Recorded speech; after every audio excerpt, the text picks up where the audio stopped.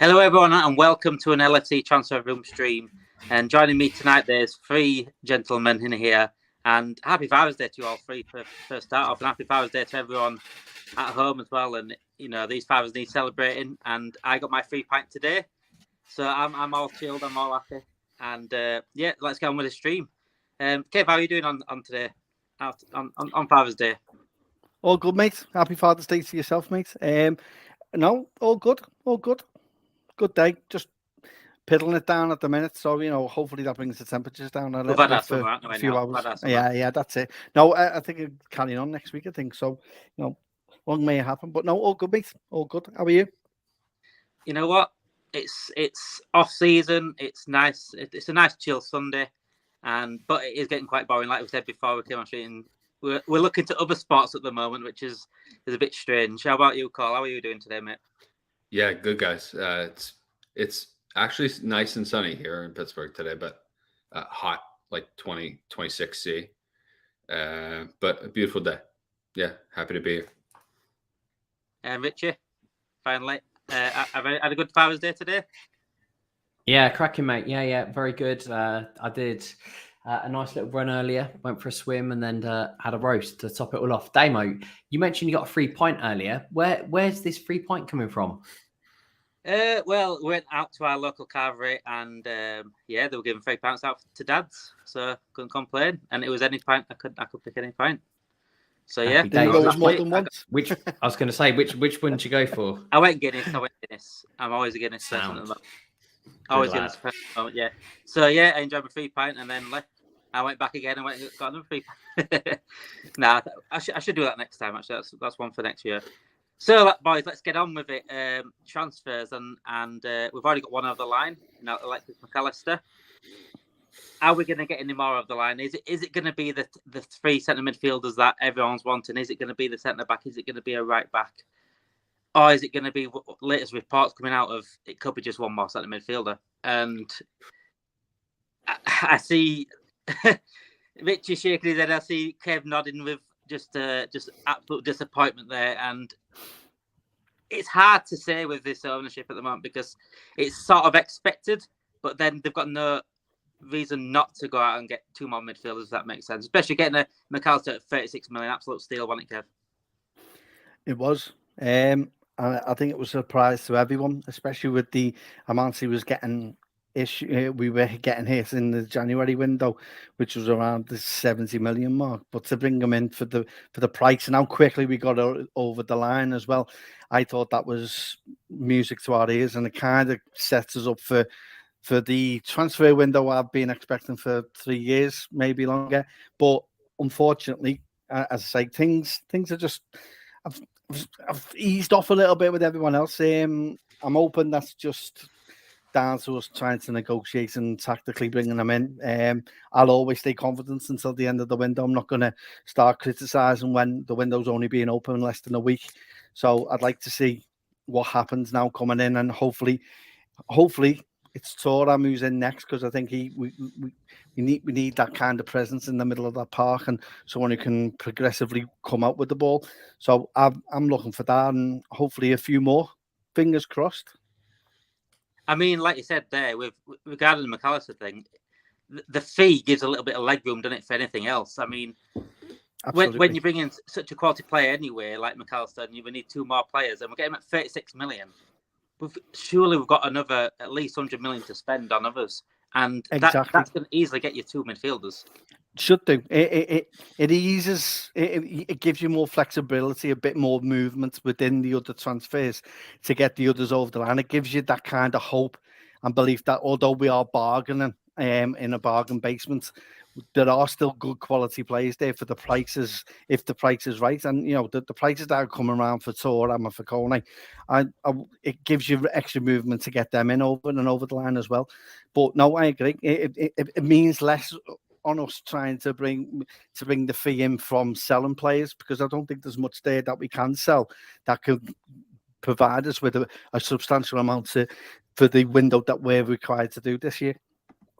Roberto Red just asked are we looking at any CDMs? There's no CDMs going about at the moment in terms of reports. There was Ugarte a bit early on, but we just didn't like the fee. which is pretty much the same thing that has been said on anything regarding Bellingham and Barella. It's always the fee.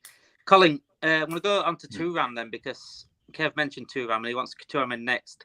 And the reports came out from Jacques Talbot. Obviously, he's close to LSE transfer room. I speak to him quite regularly, and he's certain that there was talks there with Thuram, and Romano confirmed that. But Ibrahima Konate has been speaking to French media and Telefoot specifically, and he was asked about Thuram if he'd like to join Liverpool, and he said yes. Yeah, I really do hope so. Is that the possible deal to happen next? Do you think, Colin? It has to be, and I think one of the big factors of it is trying to get it in and done before it's the U21 Euros that Thuram would be playing in.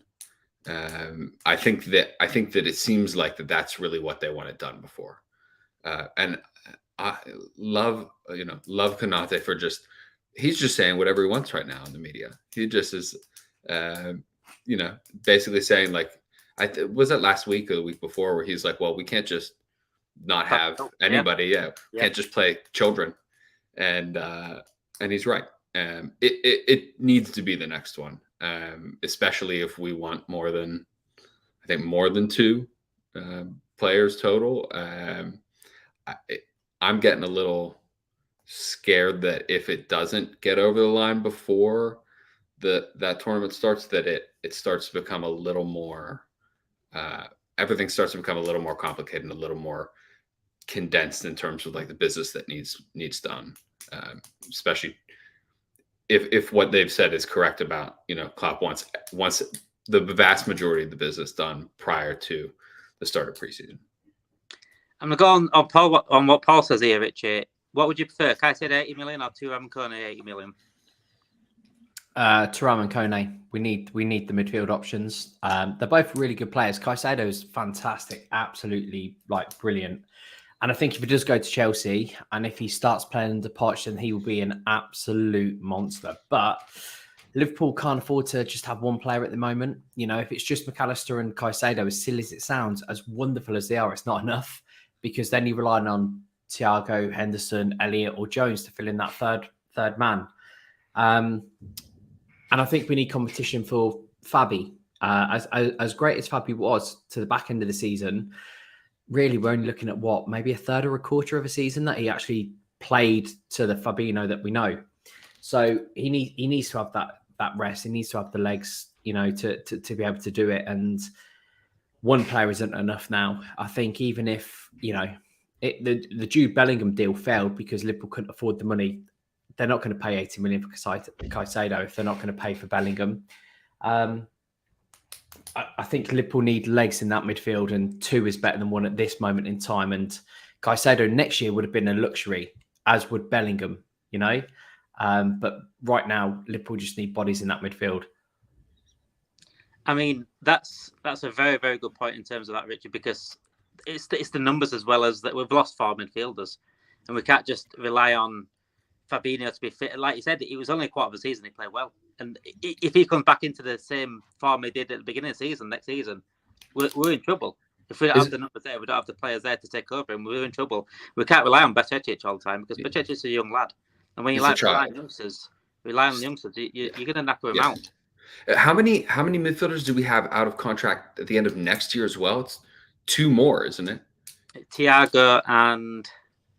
Is it Henderson again? I want to say Henderson again. No, Henderson might be in 20. Henderson extended. Henderson extended. You're right. Yeah, I think it's 2. I think Henderson extended. I thought I remembered it being 2 more. To Richie's point, is totally correct. It was just that, we hit 4 out this summer and 2 more at the end of next year. You need bodies. You need more humans. And for that price, you're totally correct, Richard. And we've got to make sure the quality is there as well as bodies. I mean, last year we had the argument was last year from players that said, people that said, we don't need midfielders, we've got the numbers. It wasn't. It's not about the numbers. Sometimes the quality of the numbers. We had 3 or 4 injury-prone players. We had, Henderson's on the. There was only Fabinho really. I've always said this season was only Fabinho that really shocked me in terms of his form. Henderson was already dropping. You know, Thiago was already getting injured. Keita was already getting injured. Curtis Jones is on and off. We knew that. Yep. So also, Chamberlain not featuring. Is still in the hospital bed half the time, so it's pointless.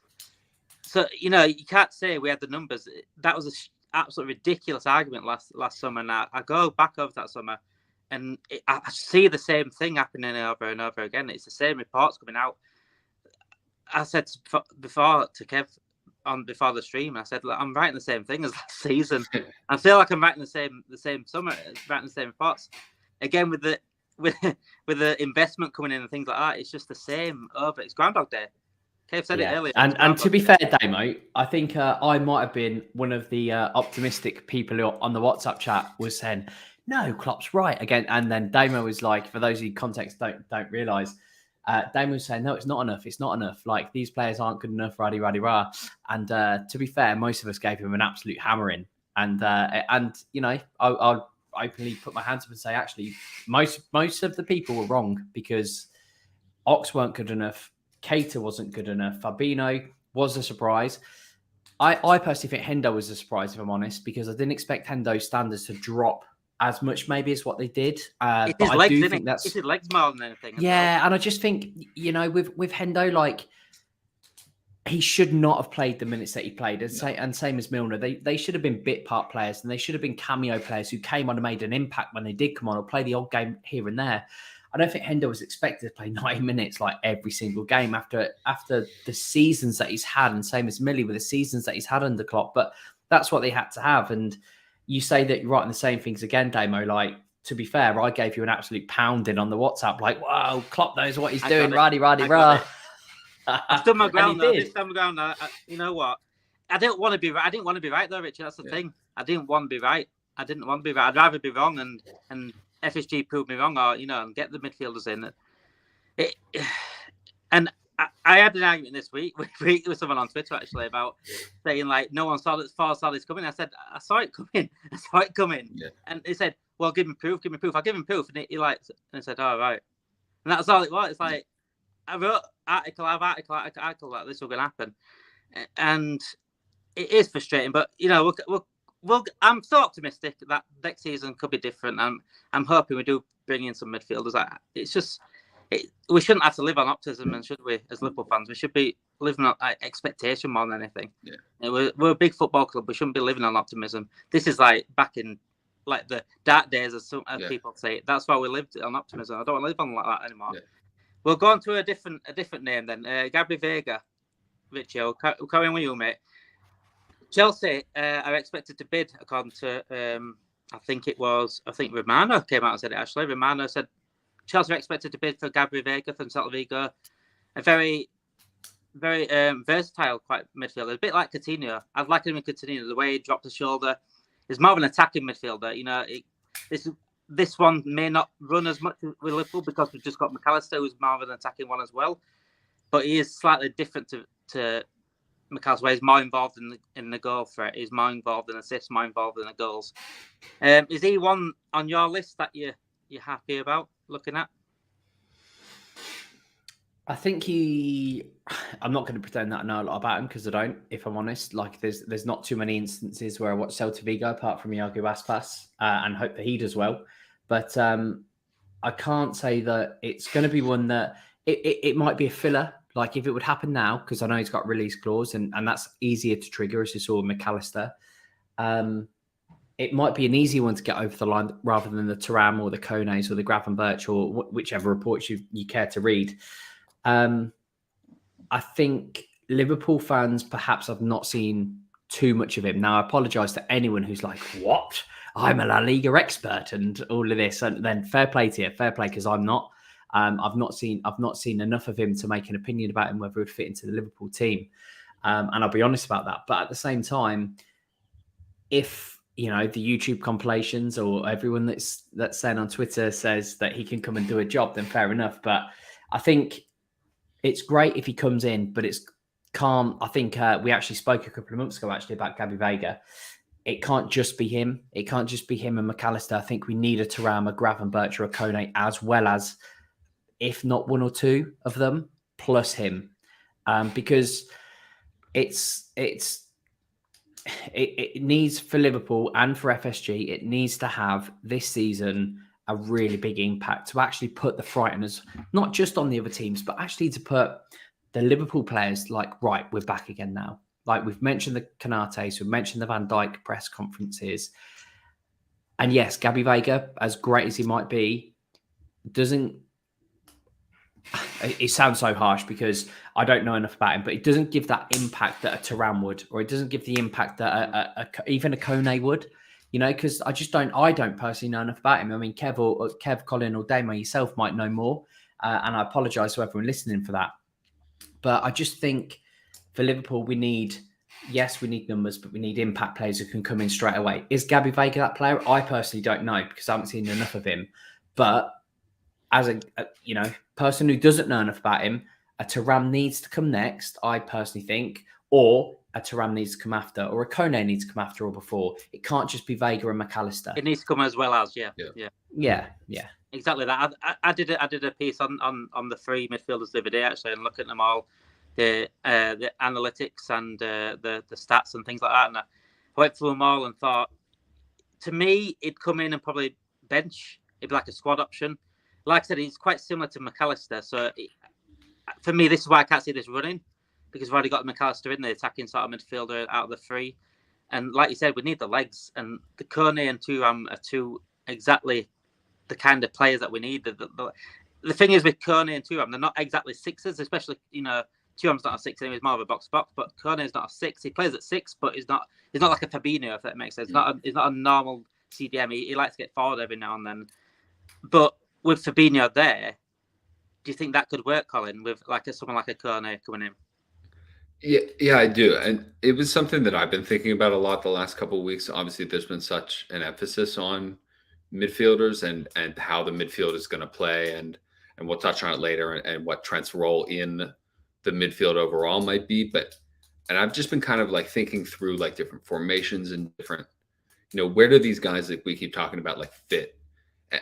And the thing that kind of struck me about them was just that they all seem, to your point, not like a straight six. Like it's not like we're playing our 4-3-3 and it's a Fabinho just sits deep and just cuts out anything that is coming through. But these all seem to be kind of like very flexible, very hybrid, stylized.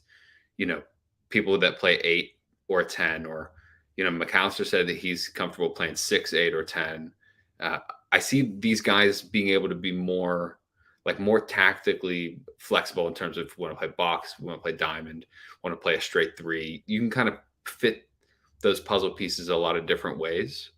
And I think that was what struck me about the majority of these guys that we've been linked to and looking at. With Richie, I don't think it's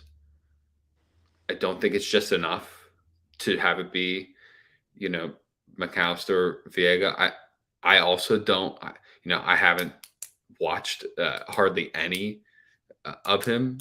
I don't think it is something that is like the pure headline maker of a transfer. But if it's down between, him coming in as the third midfielder this window or not having anybody else, I'll take the third person. Like I'm very willing to be open-minded about what his role might be and what his skill set is and overall ceiling ability. It's definitely an additional transfer that we should be looking at if we were getting. I'd say even 4 midfielders. If we're looking to get 4 midfielders, even if it's fourth, rather than the second and the third and the first. Yep. Jen, once again, thank you very much for your donation. Congratulations, by the way. You have now spent the same amount of FSG as on Liverpool on the LSD transfer room. You're breaking records here at LSD transfer room. Damo, I think that's harsh. Jen spent far much more than FSG has.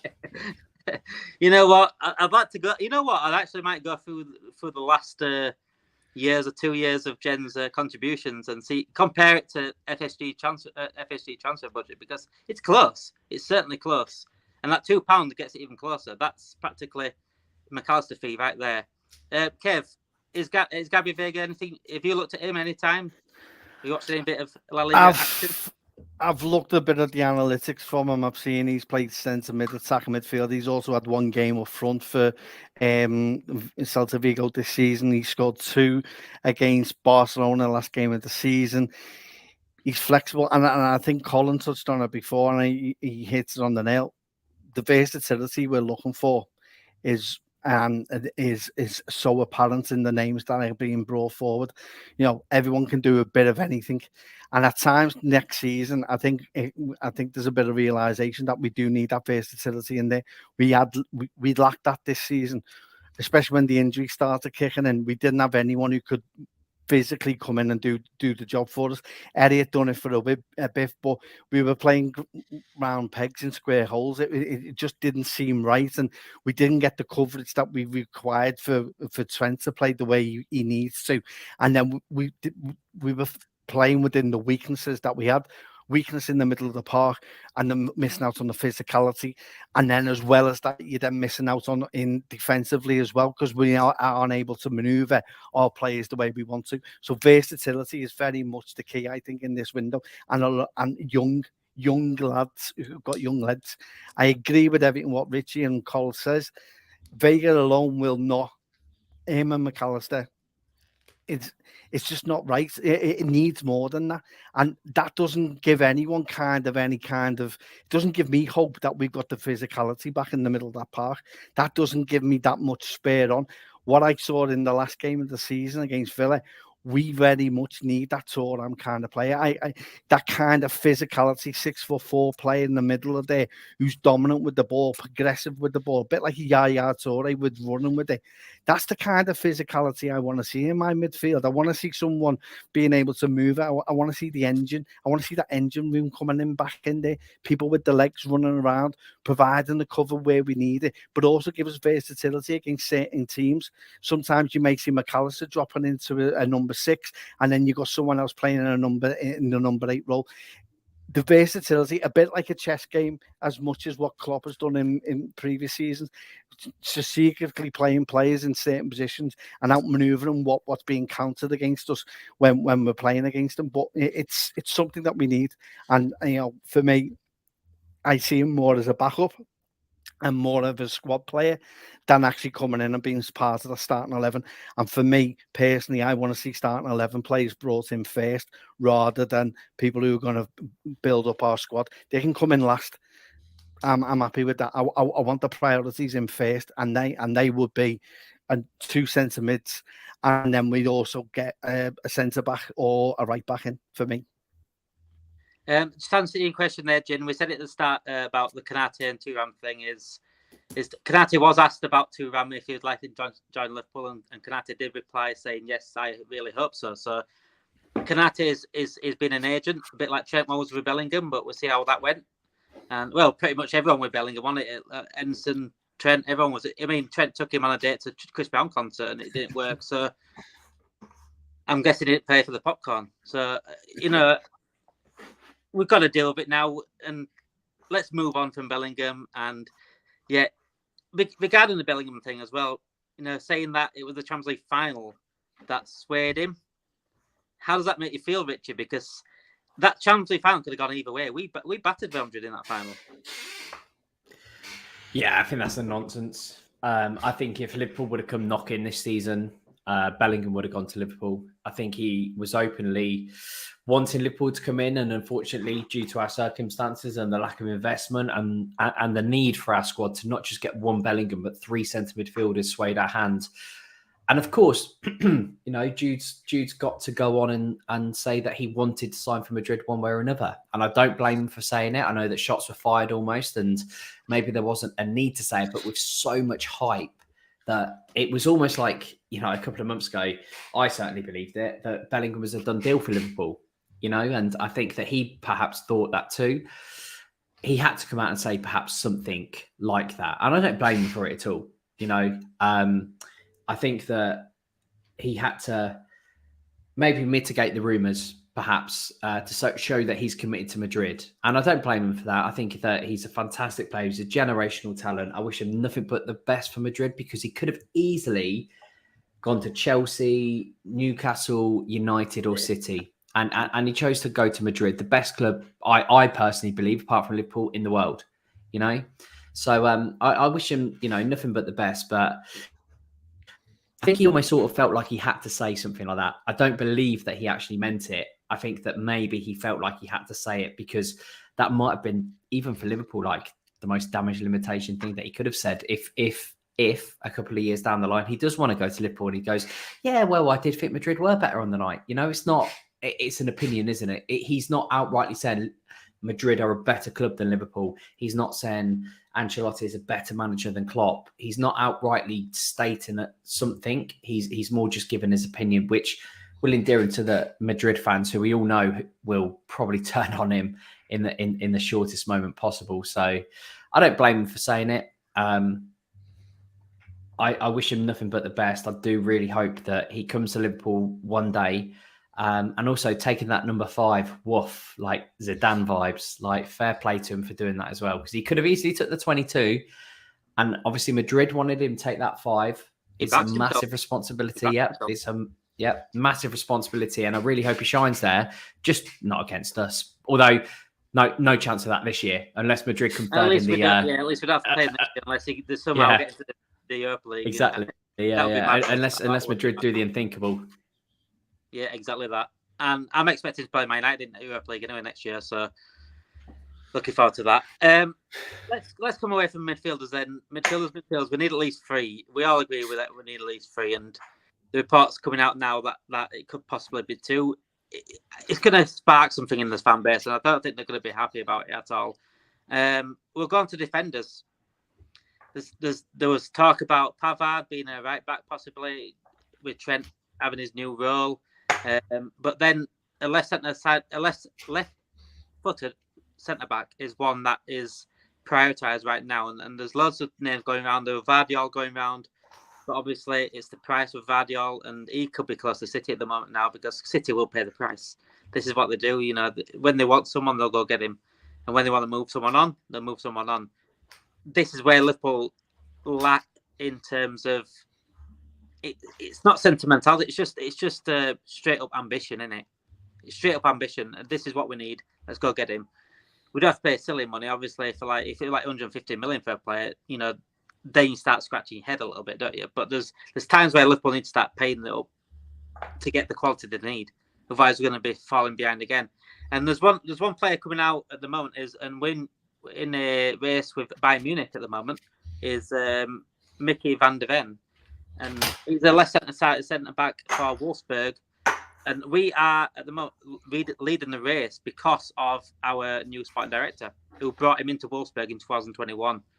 So is he one for you, Kev? Have you watched him at all? And he's a rapid centre back.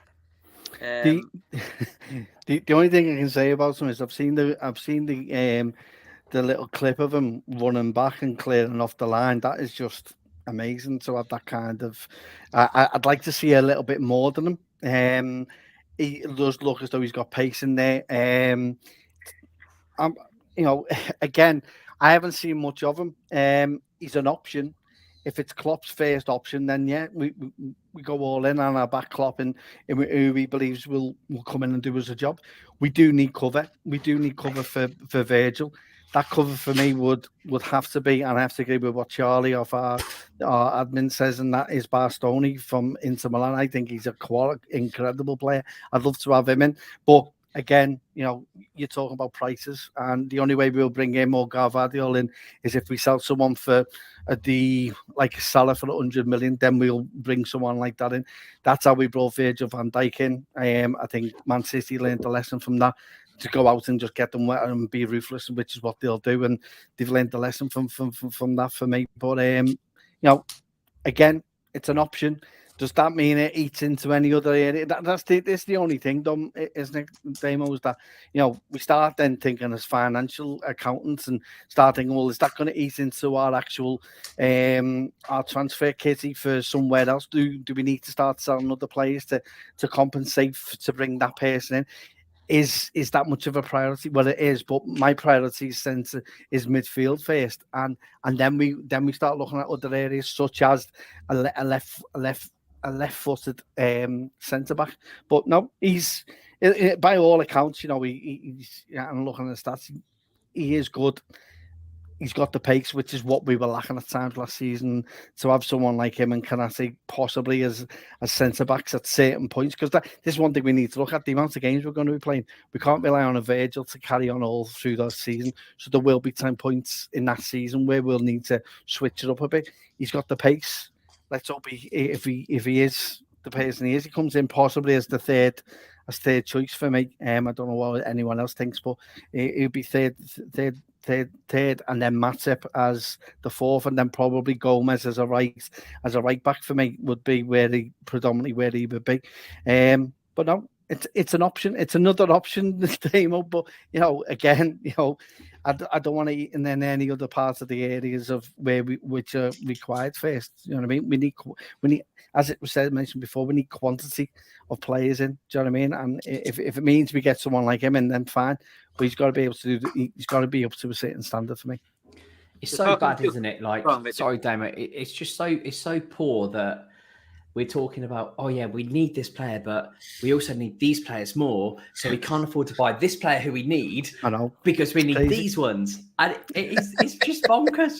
Like Kev's spot on. We need a centre back or a right-sided centre back or a left-sided centre back to cover for Robbo, because Robbo's obviously not a left-sided centre back.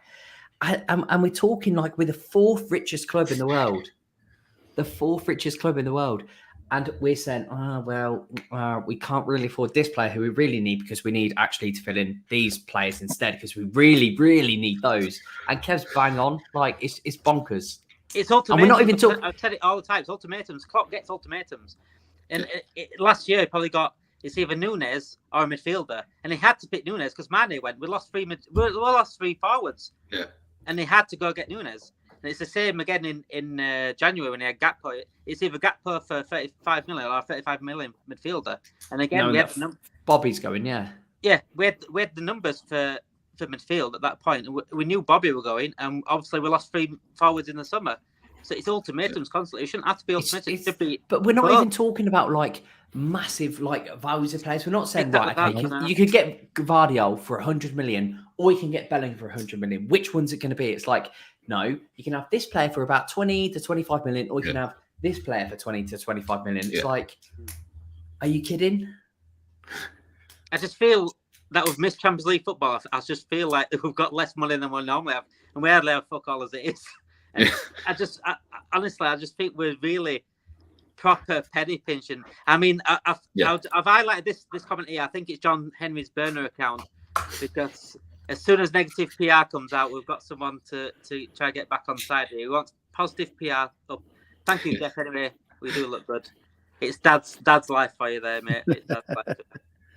But do you know what it reminds me of, Damo? It reminds, the analogy I have with FSG is, it's like when Willy Wonka goes in at the end and he's lost. He feels though he's lost it, and then Gene Wilder, who's playing with Willy Wonka, goes, "But did you not read the same as the conditions?" And gets this big, huge magnifying glass house and goes, "Well, look, if you don't get Champions League football this season, and then that's got this season in, then you will only have this amount." Do you know what I mean? But that's the analogy I have with the club at the minute, and it's hard though, because you get excited with names getting brought in. The likes of Thuram and Konate and McAllister.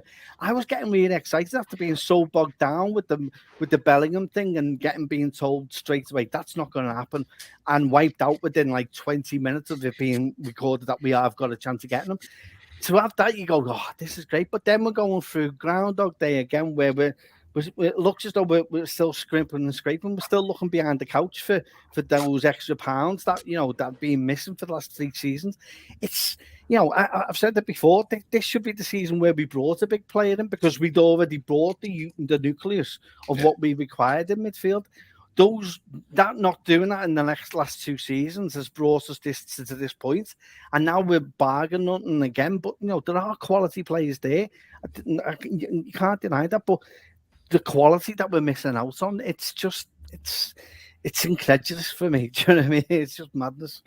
I mean, I think it's mad that You just look at the clubs around us, and I think that's where a lot of frustrations come from, if I'm honest. Because FSG, I was never probably still not FSG out, if I'm completely honest, because they have done wonders for the club. They did save us on the brink of bankruptcy. They have developed the stadium, they've developed the training complex, etc., etc. There is still an argument that FSG is actually a really good business model. It's just not sustainable in the Premier League right now when you have state-owned clubs and oligarchs who are going around banding money and sanctioning transfers, 100 million for Enzo Fernandez. And Liverpool will end up eventually falling behind. If I'm not saying we need to pay £100 million for an Enzo Fernandez, but we do need to make sound investments where it does happen, because Man United are not shy from spending. We saw that spending ridiculous money on Anthony, who probably might hit the ground running one day. But at the same time, if we paid that money for Darwin Núñez, I know that he'll get thrown under a bus. You know, and it's that that's worrying for me. You've got a Newcastle team under Eddie Howe who looks like they're going to do bits. They are looking like the Joe Lintons and Joe Willocks of the world and Bruno Guimaraes of the world and Callum Wilson and Alex Isak. They look like they're going to be world beaters. And I think for them, they're not spending ridiculous money. They're not spending ridiculous money. But they can. But they can, because they're the richest club in the world. And they can actually take risks. Klopp said it before, he wants to take risks. If he was at Newcastle, he'd have that opportunity to take risks. We'd have Thuram and Konate in already if we had that kind of backing. And McAllister. McAllister would be done. Thuram, Konate would be done by now. But also with Newcastle, they've got a decent manager. And this is not a Newcastle loving by any chance, but they have a good manager who bring out the best in people. Well, I'm not being funny. Liverpool have that. Look what he's done to everyone who's come into Liverpool. He could, you know, that's the Eddie Howe factor. And for me, Ten Hag, perhaps the jury's still out at the moment. I don't think he's brought out the best in the likes of Anthony or Martial, etc., or I don't know, even some of the midfielders. But they've still got the money to go and burn it. So have City, so have Chelsea. Yeah. And if Liverpool don't go and do that and take a risk, like you guys have said, on a Varela, let's say, who I'm sure we'll talk about in a moment, then we will get left behind. Because why on earth wouldn't we? You know, unless we've got a scouting network like Brighton, which perhaps we have, perhaps we haven't. I've not seen it in the recent years. Liverpool will get left behind. And that's what a lot of fans' frustrations are. And this is the frustrating thing, Rich, is the arguments I get on Twitter. And it is Twitter especially, because, you know, this is where... and people say it's just Twitter fans and things like that. Twitter's just a social media platform where people can interact, Liverpool fans can interact. I've met some incredible people on Twitter just for interacting with Liverpool fans and general football fans in general. And you can't just put people into a box, because that's their only place where they can interact. You know, people from around the world, their only chance and opportunity to interact with other Liverpool fans is on social media. They don't get the chance to go to people can't afford to go to the games. I'd love to be at the game every week. I would, but I've got other priorities, and you know. So would everyone in England. But mate, I'm not being funny. I log on to that bloody ticketing system every single week, and you can't get a ticket anyway. So even if you can, A, afford, or B, are able to go to the game, you can't go anyway. So it is. You're right. It's a social. The whole point is, like on social media, is that everyone can be connected to Liverpool Football Club. And this is where opinions are missed, and people say, you know, but we don't, you know, you want a state-owned club, you want Man City's money. No, it's not that what we're asking for. No one has ever, unless you're absolutely ridiculous, you know, you get ridiculous accounts. They're like a picture of like Jurgen Klopp on or something like that, and they'll say that as like it's like a burner account sort of thing. But most of us that are saying that we want midfielders are the ones that are happy with 30-40 million pound players. Yeah. And we're not even doing that. That's the thing. We've got McAllister in now. We need to get 2 more. And the reports of 1 more coming in, that's not enough. It's not enough. It wasn't enough last season. It wasn't enough the season before. And yes, we went on a quadruple run. That was down to absolute hard work, because we didn't have the quality as a squad as a whole in that season. Let's not kid ourselves here. No. You know, we went in 3 finals that season. We didn't score in 1 final. It was an unbelievable season, but it was down to hard work more than actual quality, I think. And it really glossed over a lot. And the only thing I can take off at coming 5th in this season is it stopped glossing it. It stopped glossing it. And the reality check is here now, because the reality check hit for me a long time ago. But I think it needed this fifth place finish needed to happen for the rest of the fan base. I really do think that, and I just don't think it's ever going to hit FSG. I don't even think they care about it enough to hit them. Well, I'm in Pittsburgh here. I'm a Penguins fan as well. So I've seen how they've run and how they've recently, gone about owning the Penguins as well. And it seems like that they're just so risk averse. Like they're just so scared to do something that could potentially cost them, in their minds, even more money than they're already risking. And they don't want to do it. The Penguins had a good opportunity the past year at the trade deadline for, to really kind of improve their team. And it wasn't sanctioned. It wasn't something that they, allowed the team to go forth and do. And I see a lot of these parallels between, like, they've committed a lot of money to putting into new upgrades to our arena. They've committed, lots to, like, the same sort of strategy that I've seen as a Liverpool supporter is the exact same thing that I'm seeing now as a Penguins fan. And Red Sox fans say the same thing. It's exactly what you've read about Red Sox fans. I just want them to be, like, aggressive. I want them to be, like, to see the power of the things that they own. Is that ambition? Is that ambition, Colin? Is that ambition? And is that yeah? Are they really wanting to do that as a sports team? Or are they just wanting to grow their portfolio as a business? I think I don't think they have. You're right. They have three such high profile, like, very, like, really historic, very storied franchises that they own, and they make so much money off of just having them, and having these kind of large fan bases and teams that have great, like, even, like, great logos, and they have great, infrastructure, and they have great fans in great cities. Absolutely, brilliant business. I just don't think purchases, exactly. Yeah. I mean, they sort of see sleeping giant in Liverpool, and that's exactly what they want. Liverpool was sleeping giant. They always had the potential to be back up at the top. Yes, they've got the right manager in and the right stability in it underneath, the footballing people underneath, and it's worked. And since Michael Edwards has left, it stopped working because we ain't got that Celta buy anymore. He's a genius. We ain't got a player that can get 60 million for Oxlade-Chamberlain with one leg. Correct. So it doesn't work anymore, and it's starting to expose them now. The more it goes on, it's starting to expose them their ambition of where their goals lie. Because I don't think it lies with ambition on the pitch. I don't think they care about what we win.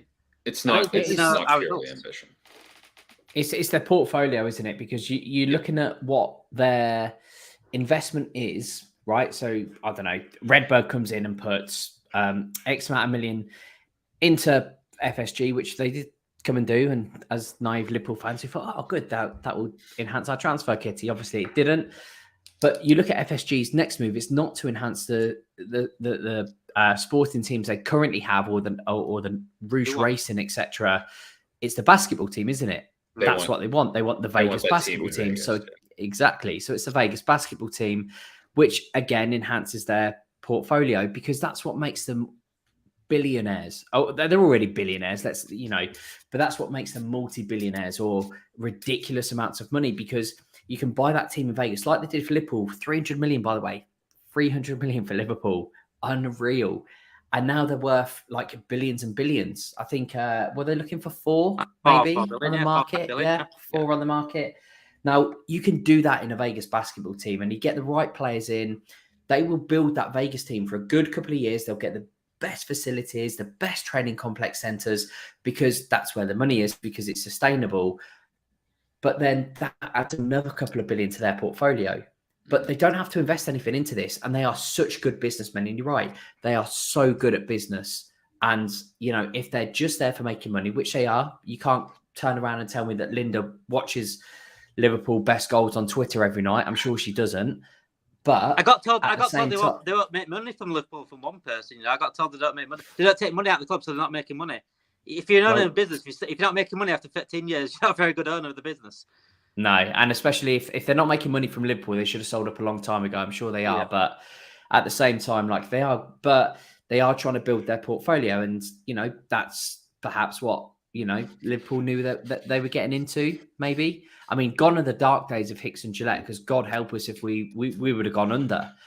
So I do thank them for that, but at the same time, I think FSG at the moment are in a very precarious position where they're demanding £3 or £4 billion for a football club who has perhaps peaked in this current climate, because there are too many other people now and too many other clubs that are perhaps developing when you look at the Newcastles, etc. And Liverpool soon might not be a top 6 team if that development happens. So obviously, what happens with the value of Liverpool Football Club? Yes, you've got the assets and you've got the training complexes and you've got the new stadium, so you've got the infrastructure there, but that's no good if you're not getting the TV revenue and not getting the competition money that the Champions League or Europa League can offer, and therefore their value diminishes. So it's not worth 4 billion anymore. They'll still make a profit on it, but there has to become, for them, surely as business people and great business people, there has to become a point where they go, okay, well, maybe we do need to sell, because we have to actually maximize our profit value and say, okay, we can't take this club any further.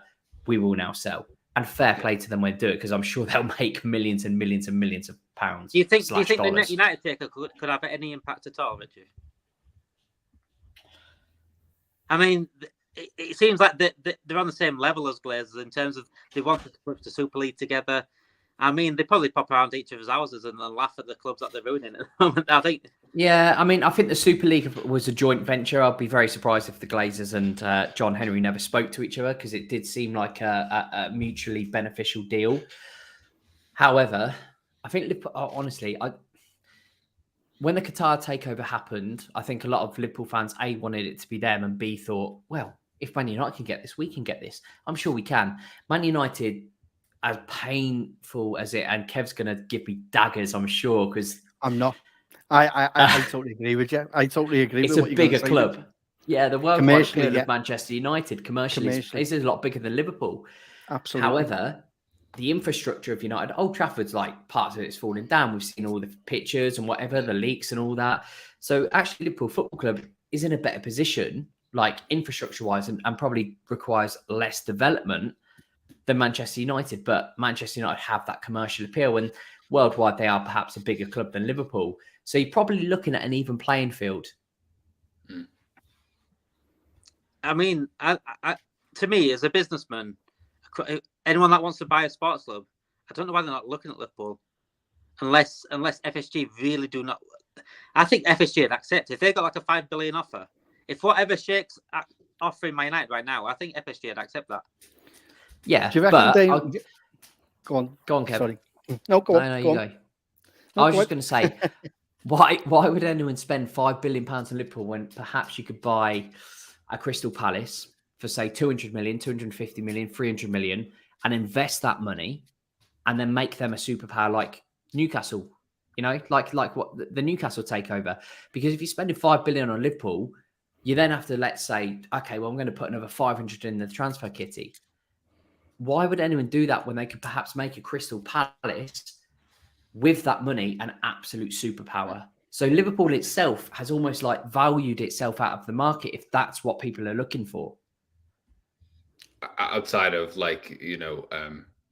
oil states, outside of people with without any borders of finances, you're totally correct with that. I mean, and you can even see that by the new American owners of Bournemouth, who wanted an MLS team, but the base price for an MLS team was like $1 billion in the door. And they were like, why would I do that? I can go buy Bournemouth for what that 200 million, something they bought it for 180 flat in the door. And you're exactly right about that. The flip to that though is, for me, is that none of them got the global power of what Liverpool have. And it will take more generations to build that team up and get that team with that kind of prestigious way than you would do with Liverpool. You get it right with Liverpool. You have 1 million people on the streets in the parade. You have globally, you've got a team that goes around globally who you could market, especially in America and in the Northern American and the Asian markets. the quality of what you're getting for the amount. I think they were up to selling the club, but there's a bit of reluctance because they know how much of a golden egg Liverpool can be, and that's probably where the hesitation comes in for me. I'm basing that just on my own opinion. That's not with anyone, looking at. But from the way I see it, this is probably economically the best time to be selling the club, because I don't think you're going to get more for the club than what you are possibly going to get now. The way we are economically as a country, the Brexit as well has kind of had an effect. The fact that it's not more of a fair playing field. I think the time has run. I think you're now going to see state-owned teams that are going to start in the competition more than anything, and it's going to be more predominance of Middle Eastern states who are going to be near the top of the league. The time has come for them to reluctantly sell that, but I still think they want a stake in the club of some capacity, because they do not want to lose it because of what they've generated in the last 12 years and how they've took a team, as you quite rightly said, Richie, they bought for 300 million and have turned that to 4.2 billion. Currently, what Forbes is saying that we're worth. I think they've waited to see what the market's like for Manchester United and seeing how much they go before they actually then possibly go, well, right, we'll now confirm us. I thought they wanted Man United out the way and then we can have a free run on it, rather than going in at the same time when you've got Man United looking for someone to take over and you've also got Liverpool. I think there was a realisation that you would always lose that race. And so let them deal with what they need to commercially, because commercially they are the biggest team in our league. And, it took us 30 years to get our turnover to anywhere manageable to close to what they have. So that's a credit to FSG. But this is the time to sell ISL. But I agree, buying someone like Palace is good. But you're looking at 20, 30 years down the line before you get any kind of global recognition as what you do with Liverpool. I think what's happening at Wrexham, I keep a close eye on Wrexham because I think they've done it really well. Ryan Reynolds has gone in there, and at the minute, everything he touches turns to gold at the minute. He sold a stake in a phone company that went for millions. They're getting sponsored by United Airlines, 4th biggest active airline in the world. Do you know what I mean? They're doing it right, and they're the ones to watch. That's how you should be doing it, from the bottom of nowhere and building it up. Rant over now, sorry. We have got no worries, Kev. Sometimes we need those rants, especially with the Liverpool at the moment. I just feel like I'm ranting all the time, and I don't want to rant all the time. I want to be positive. And the last 10 minutes of this stream, then we will talk about some positive things. And let's not talk about transfers for a bit, then or the lack of transfers. We've got 101 people watching at the moment, which is incredible, by the way. That's more than what City took to Istanbul for the treble winning moment. We'll talk about a bit about Trent and his performance for England the other night. Incredible. He got a goal and an incredible assist, a pre-assist before the actual goal. It could be an assist because it was an own goal anyway, but yeah, an incredible man of match performance for England, but in a midfield role, but it was only against Malta. Richie, is that midfield role him now? Is that Trent's position, or is he still the inverted right back that we're going to get at Liverpool? I think if he would go into the midfield, we better buy a world-class right back, and there's not too many of those about to cover for him. I think he still plays at the right back in that inverted midfield role. We've seen John Stones play it so amazingly as well. I thought it was fantastic. And, I don't sing City's praises very often, but he was brilliant in that Champions League final. And he has been actually for a number of weeks before it. And Trent's been the same, and it's funny, isn't it? Because Klopp and Guardiola sort of like evolved together, and they sort of evolved that role together. And I think if we would perhaps play Trent in midfield, I saw loads of things on Twitter. Again, brilliant, because some people brought some really good points about well, Trent is that good. Why should he be running 50 yards back to cover the right back position to make a half-hearted tackle on someone who's running? Yeah, I get that point too. And hopefully, though, with our system, that's where Konate or another shifts over and he doesn't have to make that 50-yard dash. If we get the right player in or if Konate's fit, it's always that if.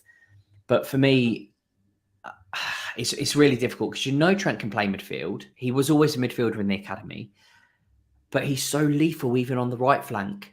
You know, even if he's on that, he could be in the corner flag and he could just see someone like Luis Diaz making a run over on the left-hand side and he'll just ping a 70-yard ball over straight from the corner flag. Diaz is there in that position. Like, I think Trent is perhaps more of in a free role in that right back / midfield, wandering into midfield position than if he played in a centre midfielder who someone's going to man mark him. Let's be honest. If you've got Trent Alexander-Arnold in the middle, what's any good team going to do? They're going to put someone sitting on him. It's easy to mark him. Yeah, massively easier to mark him. Whereas if you've got, let's just say Mbappe at left midfield, you're not going to say to Mbappe, you sit and mark Trent all day.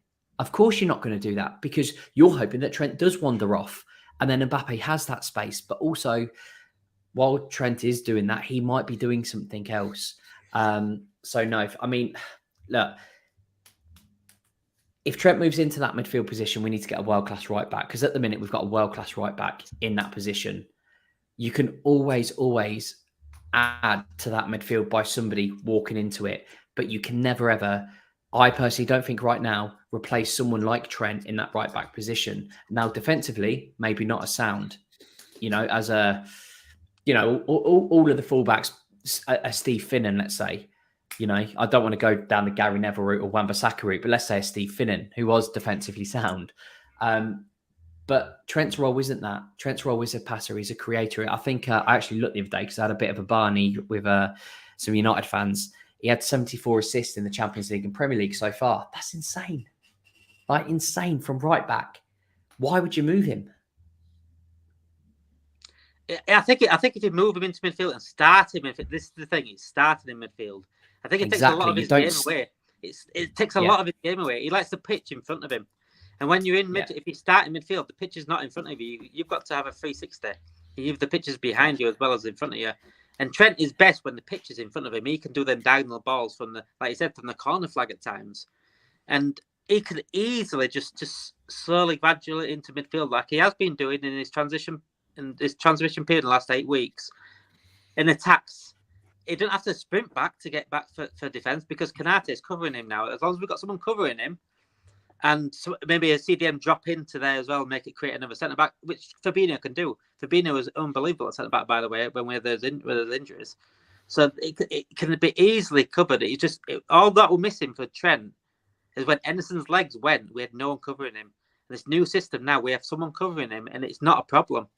It's not a problem. It might be different when it will come against like Man City, because we didn't play Man City in the last 8 games of the season, but it worked. It really worked. Those last 8 games worked for a reason, and that was because the transition of Trent and the cover of Trent worked. Konate did a job, and whether it's at CDM, whether it be if we get Kone, if Fabinho plays there, if we get a Thuram playing there, they can cover, and that's why we need the legs again. This is come back to the beginning. We've done a 360 on this stream, and it comes back to getting legs. If we got those legs in that midfield, that Trent position works from right back because we've got players to cover him. But even in that press, you know, the longer that press takes to activate, the worse that space that is left in behind looks like, and the easier it is to exploit it. So that's what we saw all last season, was just him get exposed because we're creating no pressure, especially from the midfield, in making sure that the ball's not transitioned right through us and right down by where he's vacating the space. Rich, I thought there was a great point about his dynamicism between that movement is what makes him so difficult to play. And it's like, why sit him in one place and just allow people to be able to just man mark him? And if they're going to do that, run him, you know, in and out all game, and you're gonna that person's going off, you know, at 60. They won't be able to keep up. So it was incredible for England the other night, but we've got to remember, you know, it don't take anything away from him, but it was against Malta, so he might be able to play midfield in that game and get away with it because it's like a training game in a way. But when it comes to real life Premier League things, you know, starting that midfield, I just don't think suits him. And I did a video on it, actually, about a 10-minute video for this site, and I talked about him being in midfield and transition. And what we have him right now, the inverted right back, is his perfect position for me. Kevin, do you agree? I I do, but I also think it poses the question. I think it'll be posed over the whole season. You know, the games if we don't do well in, it'll be, well, should have Trent started in midfield? You know, you feel as though the fan base will start going down there. I personally, I agree with the lads. I and especially Richie, I would sooner have him playing in the inverted role that he has been doing, but I'd also have him on in a floating role if possible, and have him playing on that right hand side, as provided we have the legs in the middle of the park to cover for him when he is down as that right back. I don't think there's many right backs out there that we can actually go, yeah, we'll bring him in. I don't think the fan base would be happy with Gomez playing there and then playing Trent in the middle of the park. But I do think there'll be certain games this season, especially at home, and certain away games against the lesser sides. I think there is an argument to be playing them in midfield. I think that's where we predominantly can benefit from it. I like to go back to the season when we won the league and seeing them running down that right hand side past Mo Salah and getting crosses in that box and providing the assists. That's the kind of Trent I want to see. I want to see the cover for him. I want him to play in where he is playing, and if he adapts and we put him into midfield, then fine, rightly so. I wouldn't say, well, we bring two in and then Trent's the answer and we put him in midfield. That's something I would not be happy with at all. And I want someone who can predominantly play there. It's great that he's got it in his bag, but it brings back to the versatility. There may be times where he's required to play in that position, and that's when we utilise it. We shouldn't be using it as straight away and immediately and letting setting our stall out. It's a 60 chess play that you play in certain games that will make you go, wow, that's what you want. We've got that in our locker. People not knowing what position certain players are because of the versatility that you've got in there. And then a bit like an NFL game, you set the play up and bang, there you go with it, and then you see it happen in front of you. We are going to have the most possession in majority of games. There are going to be games where we are going to be the most dominant, and they're the games that we need to be relooking at and analysing and strategically putting Trent into that middle of that park and going, right, well, you go and do what you can. And if a goal goes Pete Song, the plan B is that you go back to that right back side, and then we bring Kone or Thuram or whoever to provide the legs for you and cover you that way. That's how I would adapt it personally myself. It's good to have. I think Kev's spot on. Definitely. Sorry, I was just going to say Kev's spot on. Like that's how Liverpool should play, with the versatility, and if it looks like the players that Klopp are. I mean, Damo, you said it earlier. McAllister can play 6, 8, 10. I think that's who he's bringing in. Thuram and Kone can play 6, 8, 10s, and that's what Liverpool need right now. I know we looked at Pavard, which was far-fetched for my opinion anyway. But he, again, centre-back, right-back, and that's who he seems to be wanting to bring in, is that versatile player. On another note, though, it's quite funny that England's best midfielder and most talented midfielder, Trent Alexander-Arnold, isn't even a midfielder. So there's 1-0 to Liverpool. And it still makes me laugh that Southgate didn't even play him once in the World Cup.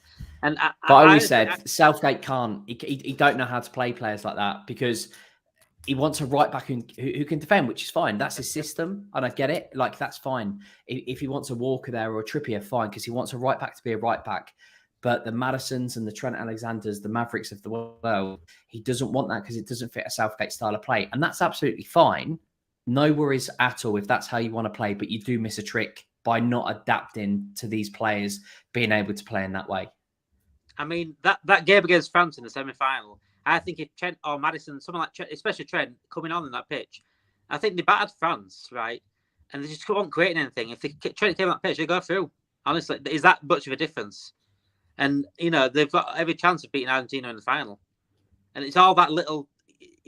It's that stubbornness with Southgate at the moment, and he likes to play Maguire a lot and Pickford. It's favouritism, and the only way England are going to win anything is if he rids that, for me, and plays people like Trent and goes and takes risks, because you're only in these tournaments every 2 years. You've got to take chances. But even against Italy in the Euros, people are crying out for Jack Grealish. Like, and when Grealish was to be fair, Grealish has been quality this season as well, but And people are crying out, Grealish, why is Grealish not playing? Why is he not playing? Why is he not playing? Rashford, why is he not playing? Why is he not playing? And because he is stubborn, because he wants to play a certain way. And then in hindsight, it's brilliant because we can all say, oh, well, he should have done this, this, and this, or whatever. And we don't know how it would have worked out. But at the same time, he needs to take these risks with these players like Grealish, like Rashford, like Maddison, like Trent. And there'll be more in 2 years' time that he needs to take a massive risk with for England to do well. Because sometimes tournament football isn't just 4-3-3 and you stick with a 4-3-3 formation or a 5, whatever, a 5 at the back where you win back. Sometimes football isn't like that. Sometimes you do have to take risks. Win the game at all costs. That's how exactly it should be. And this is why next season is a huge season because it's getting Trent into that right position.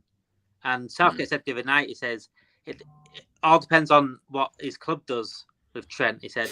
And for me, Klopp's going to be playing him in that right back position, transitioning into midfield and attacks. He's going to be that inverted right back, and that's where he should be. And obviously, like Kevin said, he could be an option for midfield if we're playing someone like Bournemouth at the bottom, or someone that's come up, maybe like Sheffield United or something. Maybe give him a try in midfield and see who's at right. If we have a good cover at right back, that is, and test him out. But it's not his position and it's certainly not a transfer position. We're not getting a midfielder because we've got Trent now, and that's what I don't want FSG to think of there, because that's exactly what they'll use. I mean, remember when Oxlade-Chamberlain talked about getting up, being started up front, and we weren't looking at strikers because of it. So yeah, thank you, Michael, for your $5 super chat. There is FSG will not sell until you stop buying the merchandise and going to games. 1 season boycott. FSG gone. Rechange right back Trent midfield. Regarding the FSG thing, I don't think people will start boycotting it unless this transfer window is key. If they don't get the players in that they need to, and we're less short again, then I can see, I'd say 99% of the fan base turning. It's probably on like 85 now. I'd say there's still some stragglers hanging on, and there's always going to be that 1% that's hanging on. No matter what, they will always be FSG. No matter what, even if I think they're related to John Henry. I need to, when they come at me now, I need to see their ancestry, and I will go on there. I'll get their names and put it into ancestry.com because I need to see their family links at this point. But yeah, FSG may sell in the future, and I'm hoping this Man United thing triggers them. Or if the Six do pull out of Man United, could they come and look at Liverpool? Because Glazers are being stubborn as FSG at the moment. Because I just think they want to. They see that Glazers like that, like FSG. They want to stay at Man United because they see it as a cash cow, and they see it as the golden egg, as Kev said earlier. That's what it is. That it's been LFC Transfer Room tonight, guys, and thank you for everyone watching. Please like and subscribe. And it said I think it was Jay Moose earlier. I wish I got reminders. Please put your notifications on, Jay Moose. So you do get notifications on YouTube. I know you said you don't get an email reminder, but if you put your notifications on this channel, and it will give you a notification on your phone or whatever device you have whenever we come live. And we're going to be here as often as we can every day. I've got a good special podcast tomorrow with a special very guest. That'll be coming out next week, hopefully sometime. All more will come out on Twitter. You'll see it more on Twitter who we've got tomorrow. It's a very, very special guest, and I'm excited to see where this goes. And thank you guys for coming on anyway. Kev, Richie, Cole, been an absolute pleasure tonight. And up the Reds, and let's see if we can get some transfers in, boys. And happy Father's Day to everyone as well that's watching.